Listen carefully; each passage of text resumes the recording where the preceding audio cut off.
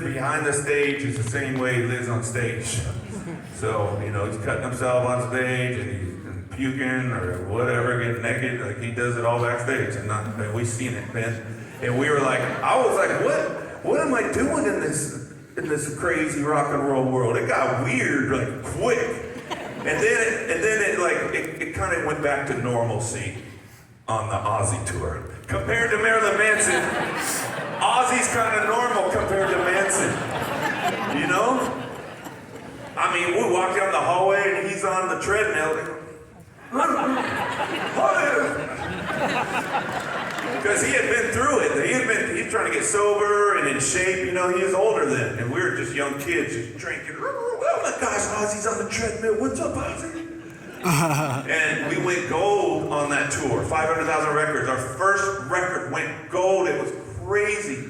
We were so thankful and grateful. I got to call home and be like, man, our album just went gold. And I remember Ozzy and Sharon walked in, and Ozzy's just like, oh, congratulations.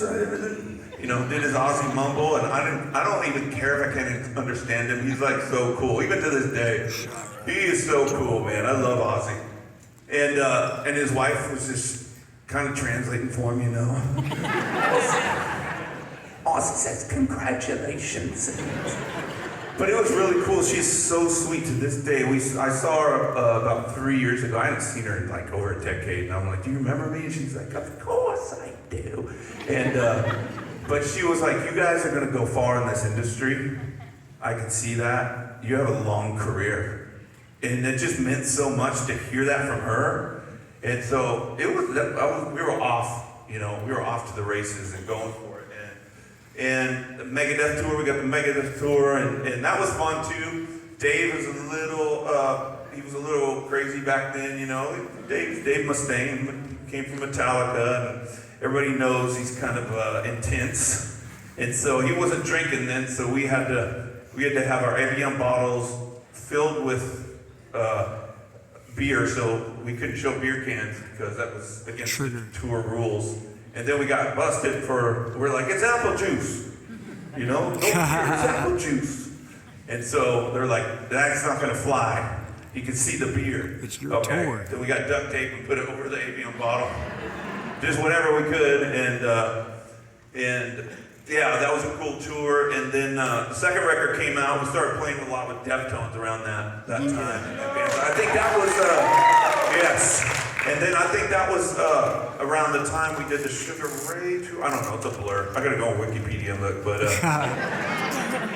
that was a cool cycle. And after that, at the end of that cycle, we got the Lollapalooza tour, which was really cool. We played with Tool, opened for Tool. It was awesome, and I think Tool.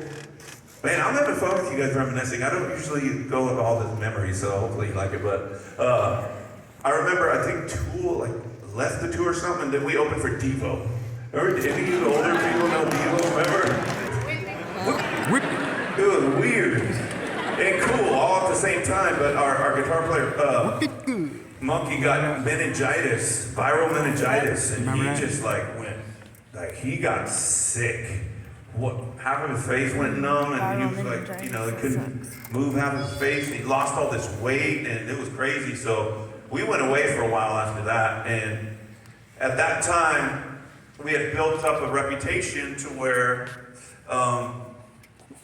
we were just a good live band, and we were growing, kept growing and growing, and our third record came out, and it went #1 with all the excitement.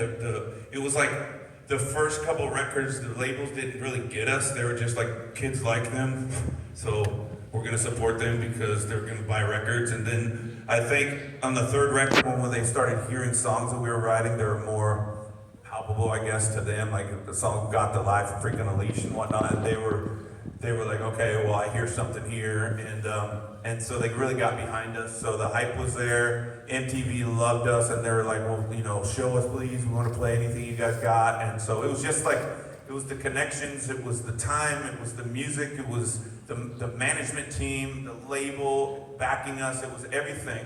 And so we skyrocketed it to the top. We came out #1 on that record, and we were just, you know, it was, a lot of you guys remember it was when music was on MTV and like all the genres were together every day. Like they play a R&B song and then they play Tool and then they play Eminem and Blink-182 and Britney Spears, and it was all mixed together. And it was so exciting, man. And it was like all the kids, the rock kids were against the pop kids, and the rap kids were.